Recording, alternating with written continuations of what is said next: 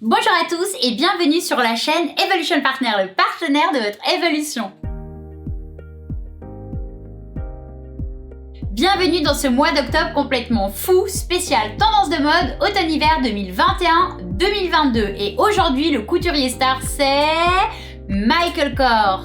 Michael Kors, né le 9 août 1959 à Long Island, est un styliste américain, créateur de la marque de prêt-à-porter qui porte son nom, et président de Michael Kors Holding Limited. Michael Kors est une figure emblématique du prêt-à-porter américain ainsi qu'également de la ville de New York. Il dirige aujourd'hui 3 lignes de produits: Michael Kors Collection, Kors Michael Kors et Michael by Michael Kors. Son entreprise réalise en 2014 un chiffre d'affaires de plus de 3 milliards de dollars avec une progression de plus d'1 milliard par rapport à l'année précédente. Et analysons à présent ensemble le défilé de Michael Kors. Comment résumer une carrière de 4 décennies en 63 looks seulement? Dans un monde sans Covid, le 40e anniversaire de Michael Kors aurait été la plus grande fête de la mode avec un premier rang rempli de célébrités et une after-party sans aucun doute ultra glamour. Mais au lieu de cela, nous avons regardé un matin d'avril dernier, derrière nos écrans d'ordinateur, vivant par procuration à travers Naomi Campbell, Helena Christensen, Caroline Murphy et Shalom Harlow, qui ont parcouru la 40e rue à New York, bien sûr, en paillettes et en cachemire double face. Au lieu du champagne, il y avait un paquet de soins Ross & Daughters et en l'absence de son jogging caractéristique autour du podium, Kors a donné un message enregistré annonçant une collecte de fonds pour l'acteur Fund, car la communauté de Broadway a terriblement souffert depuis le shutdown, a-t-il déclaré. Les New-Yorkais ont eu la rare chance de voir un mini-spectacle Michael Kors. Un résultat négatif à un test rapide contre le Covid, je précise, la Covid, a permis d'entrer dans une galerie de Chelsea où de nombreux So Good To See ont été échangés, mais pas par des baisers en l'air comme autrefois. Le designer a déclaré que pendant le temps mort de la pandémie, il était parti à la recherche des fils conducteurs des 40 ans. L'intemporalité est certainement quelque chose dont nous avons toujours été très fiers chez Michael Kors. Quelque chose que nos clients apprécient vraiment, je pense. Michael Kors est un pilier de la mode new-yorkaise, certes, et en cette saison, il donne à son défilé une touche de Mad Men, une touche un petit peu aussi du Studio 54. Mais ses collections sont toujours autant optimistes, toujours inébranlables et totalement reconnaissables. Beaucoup de ce qu'il en a fait en premier est aujourd'hui considéré comme acquis, des jambes nues en hiver.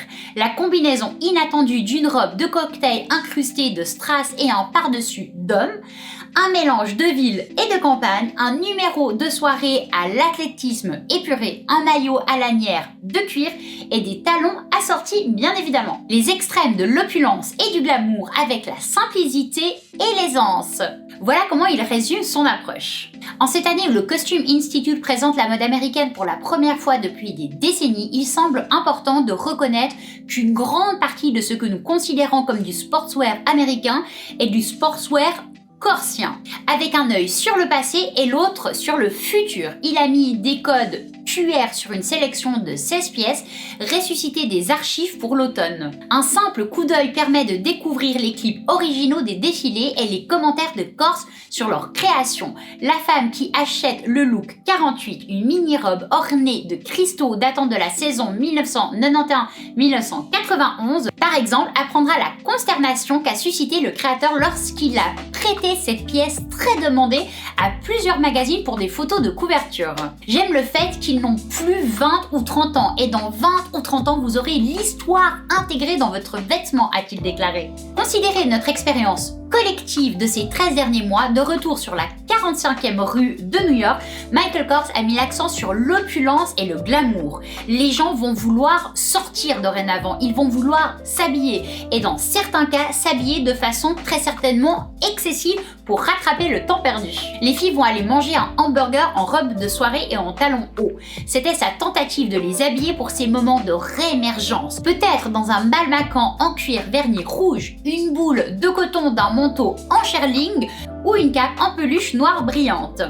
Mais vous me direz, c'est quoi un balmacan? D'ailleurs, je suis même pas certaine que ça se prononce comme ça. Un balmacan est un manteau lisse est complet avec des manches raglan. À l'origine en tissu de laine plutôt rugueuse, il vient d'un domaine près d'Inverness en Écosse.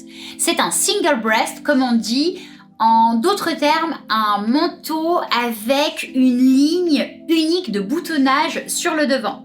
Souvent en version imperméable pour diminuer le risque d'eau pénétrant dans le manteau, son nombre de coutures est réduite en amenant le manchot au collier plutôt qu'à l'épaule comme on le fait d'habitude. Un balmacan a des manches raglan et un collier prussien et est habituellement en tweed ou en gabardine. Et voilà, j'espère vous en avoir appris un petit peu plus sur le langage de la mode. Mais revenons au look de notre défilé. S'habiller de façon excessive dans une robe en jersey de soie pailletée à la main en or sous un manteau en cachemire camel qui balaie le trottoir avec un escarpin ou un escarpin à talons aiguilles. Michael Kors s'est également concentré sur le retour au travail et ses vêtements sont propres, élégants et tranchants, qu'ils soient en laine, prince de Galles ou en cuir de gants noirs. Let's go on Reef the Show, a crôné Rufus Wainwright sur la scène Schubert alors que les mannequins s'éloignaient socialement dans le public. Michael Kors croit en l'intemporalité, mais pas en le strass. Il est prêt à poursuivre le spectacle quand nous le serons prêts à notre tour aussi. Et alors, en ce qui concerne mon coup de cœur pour cette maison super chic que j'adore depuis des années, mon look préféré est le look 4, porté par la superbe Bella Hadid. Je ne sais pas vous, mais alors moi j'aime tellement les robes pulls col roulé. Ça va faire des années qu'elles reviennent chaque saison et tout simplement à mon plus grand bonheur. Et pour moi, elle ne se démode absolument jamais. Mais alors, ce look tout en rouge passion avec cette mini robe pull col roulé rouge, cette veste en cuir droite très sobre dans un cuir super glossy toujours rouge et qui se finit parfaitement bien avec ses beaux talons rouges avec un bout plutôt pointu. Et est-ce qu'on parle aussi de la coiffure et du make-up, no make-up de Bella Hadid, juste canonissime. Donc aujourd'hui pour l'inspiration, je n'avais pas exactement une robe pull rouge, mais j'ai mis une magnifique robe que j'ai ressortie de ma garde-robe et à ma plus grande surprise, je ne l'avais jamais portée et je l'ai trouvée en solde chez Mango. Il doit y avoir, je sais pas moi, 7 ou 8 ans, mais en tout cas elle est juste magnifique cette robe. Donc n'hésitez jamais à ressortir les vieilleries de votre garde-robe tout en vous inspirant de vos défilés préférés. En tout cas, moi, c'est un truc, mais un exercice que j'adore faire cette année en vous préparant tous ces mini-formats. Franchement, je me régale. Voilà, j'espère que cette nouvelle vidéo consacrée à Michael Kors collection en mini format vous aura plu et vous aidera également pour vos futurs shopping. Quant à moi, je vous mets juste ici la vidéo de hier sur la maison magnifique Prada si vous ne l'avez pas encore vue. Et en attendant demain pour la découverte d'un nouveau couturier, je vous propose de me mettre comme chaque jour un pouce vers le haut si vous avez aimé la vidéo. Merci aussi de vous abonner à la chaîne. Si ce n'est pas encore fait, ça encourage énormément dans ce travail que je m'applique tellement à vous créer chaque jour. Merci aussi de partager en masse la vidéo autour de vous.